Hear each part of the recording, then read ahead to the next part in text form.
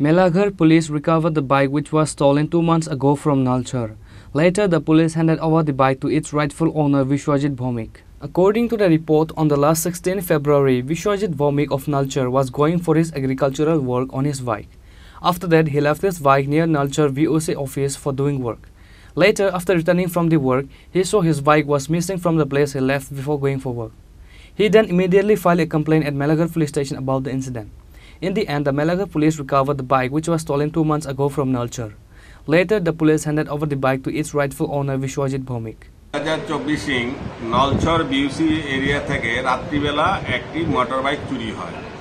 পরের দিন সকালবেলা বাইকের মালিক বিশ্বজিৎ ভৌমিক উনি এসে থানাকে এ ব্যাপারে ইনফর্ম করেন। অ্যাকর্ডিংলি পুলিশ এই ইনফরমেশন মূলে বিভিন্ন জায়গাতে তল্লাশি অভিযান জারি রাখে।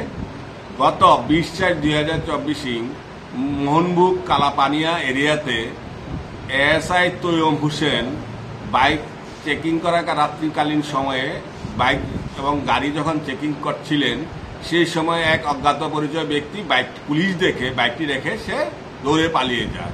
পরবর্তী সময় মালিক এখানে না আসা বাইকটি নিয়ে থানাতে নিয়ে আসে এবং আমরা বুঝতে পারি যে ওই বাইকটার মালিক বিশ্বজিৎ বণিক যে বাইকের মালিক তাই নিয়ে আমরা এই ব্যাপারে ইনফর্ম করি। অ্যাকর্ডিংলি তাই নিয়ে কাগজপত্র নিয়ে মেলাঘর পুলিশ স্টেশনে আসে এবং ওনার হাতে আমরা বাইকটা অর্পণ করি।